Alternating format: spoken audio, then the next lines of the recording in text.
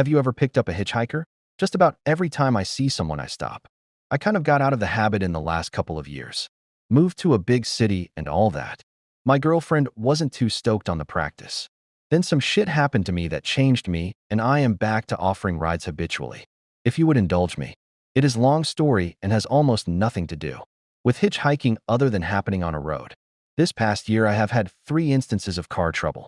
A blowout on a freeway, a bunch of blown fuses, and an out-of-gas situation. All of them were while driving other people's cars, which, for some reason, makes it worse on an emotional level. It makes it worse on a practical level as well.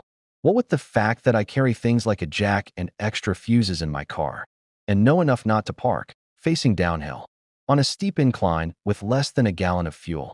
Anyway, each of these times this shit happened, I was disgusted with how people would not bother to help me. I spent hours on the side of the freeway waiting, watching roadside assistance vehicles blow past me for AAA to show. The 4 gas stations. I asked for a gas can, it told me that they couldn't loan them out for my safety, but I could buy a really shitty 1 gallon. One with no cap for $15. It was enough, each time, to make you say shit like, this country is going to hell in a handbasket. But you know who came to my rescue all 3 times? Immigrants. Mexican immigrants.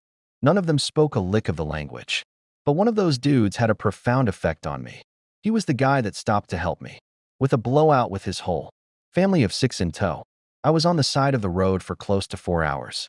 Big Jeep, blown rear tire, had a spare but no jack. I had signs in the windows of the car. Big signs that said need a jack and offered money. No dice.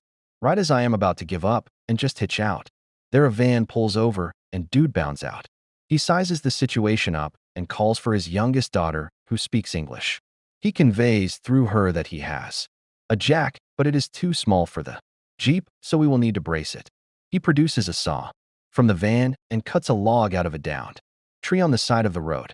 We rolled it over, put his jack on top, and bam, in business. I start taking the wheel off, and, if you can believe it, I broke his tire iron. It was one of those collapsible ones, and I wasn't careful and I snapped the head. I needed clean off. Fuck. No worries. He runs to the van, gives it to his wife, and she is gone in a flash. Down the road to buy a tire iron. She is back in 15 minutes. We finished the job with a little sweat and cussing. Stupid log was starting to give.